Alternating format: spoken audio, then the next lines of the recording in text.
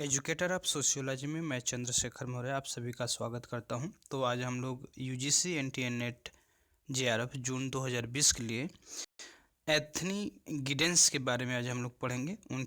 उनका जो पूरा परिचय है मैं इस एक वीडियो में आपको पूरा कर देता हूं। तो चलिए स्टार्ट करते हैं। और सबसे पहले आप वीडियो को लाइक कर दीजिए और अधिक से अधिक शेयर, और पहली बार विजिट करें तो प्लीज़ सब्सक्राइब करके बेल आइकन प्रेस कर लीजिए। तो चलिए स्टार्ट करते हैं। सबसे पहले एंथनी गिडेंस जो है वो ब्रिटिश समाजशास्त्री हैं। एंथनी गिडेंस ने समाजशास्त्री सिद्धांत के क्षेत्र में काफ़ी लेखन कार्य किया है, और इस तरह से उनकी जो रुचि रही है वो शास्त्रीय सिद्धांत, पूंजीवाद, सामाजिक वर्ग और सामाजिक परिवर्तन में रही है। उनका सबसे प्रमुख जो कार्य है वो है संरचनाकरण का सिद्धांत। तो संरचनाकरण का जो सिद्धांत है उसी के परिप्रेक्ष्य में हम लोग एंथनी गिडेंस को पढ़ रहे हैं। ठीक है, तो संरचनाकरण का जो सिद्धांत है उनका कार्य ये बहुत ही इम्पोर्टेंट है, तो आप इसे नोट डाउन जरूर कर लीजिए। आइए देखते हैं उनकी प्रमुख जो कृतियाँ हैं वो क्या क्या है जो बहुत ही इम्पोर्टेंट है। ठीक है, सबसे पहला है capitalism and modern social theory, 1971 में आई थी। Politics and sociology in the thought of max weber, 1972 में आई थी। The class structure of the advanced scientist societies, 1973 में आई थी। पॉजिटिविज्म एंड सोशियोलॉजी, 1974 में आई थी। Studies in social and political theory, 1977। Beyond left and right, the future of radical politics, 1994। Emile Durkheim, 1978। देखिए मैं आपको बता दूं कि ये बहुत ही इम्पोर्टेंट है, क्योंकि नाम ऐसा देखिए, जब आपको ऑप्शन में देगा तो लगेगा कि इमाइल दुर्खिम खुद लिखे हैं, लेकिन ऐसा नहीं है। तो ऐसे ही जो स्टूडेंट होते हैं वो गच्चा खा जाते हैं।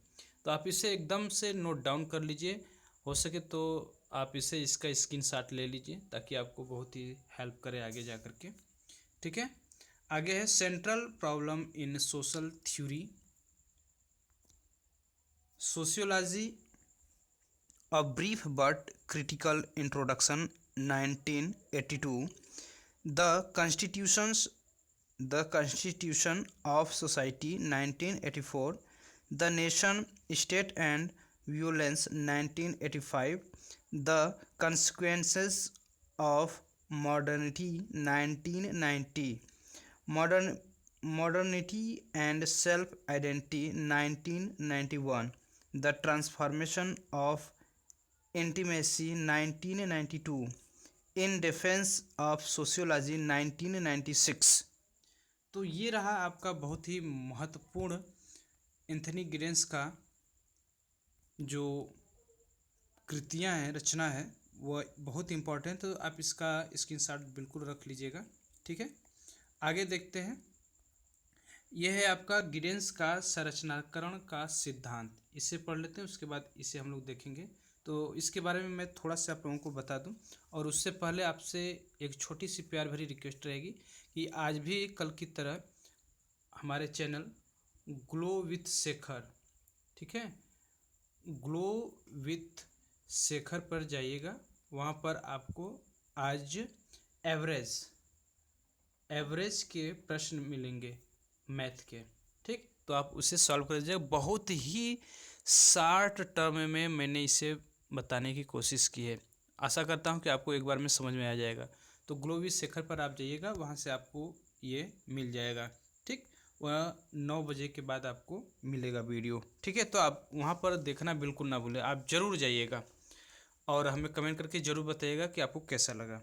ठीक है, तो आइए देखते हैं कि गिडेंस का जो संरचनाकरण जो सिद्धांत है वो क्या है। थोड़ा सा बहुत ही ब्रीफ में आपको बता देता हूँ। देखिए, अच्छा, ये आपको कहीं किसी बुक में उस तरह से नहीं मिल पाएगा। बहुत ही मैंने खोजबीन करके तो सर्च करके आप लोगों के पास पहुंचा रहा हूं। देखिए, गिडेंस का जो प्रमुख कार्य है वो संरचनाकरण का सिद्धांत है। आप सभी लोगों को पता है, इससे पहले मैंने बताया ऊपर में। गिडेंस ने जो विवेचनात्मक जो समाजशास्त्र के अंतर्गत कई ऐसे नए नए प्रवृत्तियों को जन्म दिया है। गिडेंस के विचारों में समीक्षा का पुट है और विश्लेषण अभिव्यक्ति को तर्कपूर्ण तरीके से प्रस्तुत करने की विलक्षण उनके अंदर एक टैलेंट है, प्रतिभा है। ठीक है। संरचनाकरण सिद्धांत की जो पृष्ठभूमि है वो निर्माण में उसने ब्रिटिश और अमेरिकी दार्शनिक के कर्म सिद्धांत में व्याप्त असंगति की ओर ध्यान आकर्षित किया है। ठीक है। और मैं आपको बता दूं कि गिडेंस का जो विचार है कि सामाजिक क्रियाएं समय और स्थान में घटती हैं, इसलिए गिडेंस ने अपने संरचनाकरण सिद्धांत को अप्रकारवादी घोषणा पत्र कहा है। ठीक है। और दूसरा देख लेते हैं संरचनात्मक परिप्रेक्ष्य। तो संरचनात्मक जो परिप्रेक्ष्य है इसमें गिडेंस का जो मत है कि भाई प्रत्येक सामाजिक कार्यकर्ता समाज के जिसका वह सदस्य है पुनरुत्पादन की दशाओं के बारे में बहुत अधिक जानकारी रखता है। उनका मत है कि भाई किसी भी मतलब जो सभी सामाजिक कार्यकर्ताओं को जिस सामाजिक व्यवस्था का ये निर्माण करते हैं या उसे पुनरुत्थान जिसे कहते हैं पुनरुत्पादन जिसे कहते हैं, तो उसका ज्ञान होता है और यह संरचनात्मक द्वैत अवधारणा की एक आवश्यक विशेषता है। इस संदर्भ में वह व्यवहारिक चेतना जिस पर कर्ता सामाजिक क्रिया की रचना में विवेचनात्मक चेतना से अंतर व्यक्त करता है। कर्ताओं में पाए जाने वाले जो विमर्श और तर्कमूलक अंतःप्रवेश की जो प्रकृति है वो विशेष क्षेत्र में गिडेंस ने काफ़ी महत्वपूर्ण उसे माना है और इसे ही सामूहिकता में नियंत्रण का द्वंद्व कहा है। तो ये बहुत ही इम्पोर्टेंट रहा है। आइए आगे देखते हैं थोड़ा से। गिडेंस की संरचनात्मक सिद्धांत की मान्यताएं बहुत ही इम्पोर्टेंट है। ये उनकी जो ये सब सिद्धांत हैं, तो जो मान्यताएं हैं मैं उसे यहाँ पर प्रस्तुत किया हूँ। आशा करता हूँ कि आप लोगों को अच्छे से समझ में आ जाएगा। पहला इसमें कि संरचनावादी सिद्धांत भाषा और समाज दोनों की संरचना में पार्थक्य के द्वारा अंतराल का महत्वपूर्ण स्थान है। दूसरा कि संरचनाकरण कालिक आयाम को अपने विश्लेषण के केंद्र में रखने की कोशिश करता है। और तीसरा है संरचनावाद प्रकारवाद की तुलना में सामाजिक संपूर्णता के अधिक उपयुक्त एवं संतोषप्रद अवबोधन का निरूपण करता है। गिडेंस का मत है कि इस बिंदु को समझने के लिए संरचना एवं व्यवस्था में अंतर दिया जाना आवश्यक होगा, क्योंकि इसका संरचनावादी एवं प्रकारवादी चिंतन में अभाव है। चौथा कि संरचनावाद सामाजिक पुनरुत्पादन के सिद्धांत पर जोर देता है। पांचवा है संरचनावाद वस्तु तथा विषय के द्वैत को अतिक्रमण करने का प्रयत्न करता है। और छठा है गिडेंस का मत है कि भाई स्व विमर्श को दो दृष्टियों से संरक्षित किया जाना चाहिए। समाज के सदस्यों के संदर्भ में उनके जिनके जो आचरण है उनका अध्ययन किया जाना चाहिए। और इसी का एक और मत है कि भाई मानव प्रयास के रूप में स्वयं समाज विज्ञान के संदर्भ में इस तरह से ये जो दृष्टिकोण है स्व विमर्श का उसे संरचित किया जाना चाहिए। ठीक। और सातवां की संरचनावादी सिद्धांत ने सांस्कृतिक वस्तुओं के उत्पादन के विश्लेषण में अस्थायी योगदान दिया है। तो इस तरह से ये जो आप देख रहे हैं ये बहुत ही इम्पोर्टेंट रहा है एंथनी गिडेंस का। तो इसमें मैं आप लोगों को बता दूं कि इसमें जो मदन स्वरूप के जो विचार हैं आधुनिक मतलब उत्तर आधुनिक में वह कला दिन प्रतिदिन के जीवन से अलग नहीं होती है और न ही कला कोई काल्पनिक जगत है। कला और समाज विज्ञान प्रतिदिन के जीवन से जुड़े हुए हैं। ये मदन स्वरूप के विचार हैं।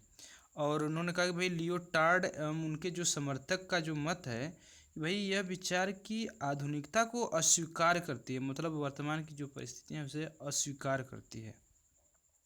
और अगला है कि भाई उत्तर आधुनिकता जीवन के सभी क्षेत्रों में फैली हुई है। तो इस तरह से फिर मैं आपको बता देता हूँ कि आज एवरेज का मैथ आपको ग्लो विद शेखर हमारे यूट्यूब चैनल पर वहीं पर आपको मिलेगा, वो मेरा पहला चैनल है। तो जो लोग वहाँ से जो पहले जुड़े थे सोशियोलॉजी से, वो अभी इसी चैनल पर देखते हैं, तो उन लोगों को तो पता हो जाएगा। तो आप लोग भी वहाँ पर जाइए और इसका फ़ायदा उठाइए, क्योंकि मैथ भी आपके लिए फर्स्ट पेपर भी ज़रूरी है। तो मैं दोनों कोशिश करूँगा कि आप लोगों को प्रोवाइड कर सकूँ। आशा करता हूँ कि आप वहाँ पर जाएंगे और देखेंगे, और आप हमें कमेंट करके ज़रूर बताइएगा कि कैसा वीडियो लगा। तो आज का जो प्रश्न है, आप हमें कमेंट करके बताइएगा कि एंथनी गिडेंस कहाँ के निवासी थे। ठीक, कहाँ के समाजशास्त्री थे, कहाँ के निवासी थे, तो आप हमें कमेंट करके ज़रूर बताइएगा। ठीक, और उनका जो प्रमुख कार्य है, वो सिद्धांत क्या है, वो हमें कमेंट करके ज़रूर बताइएगा। तो मिलते हैं नेक्स्ट वीडियो में, तब तक के लिए जय हिंद, जय भारत, अपना ख्याल रखिए, टेक केयर।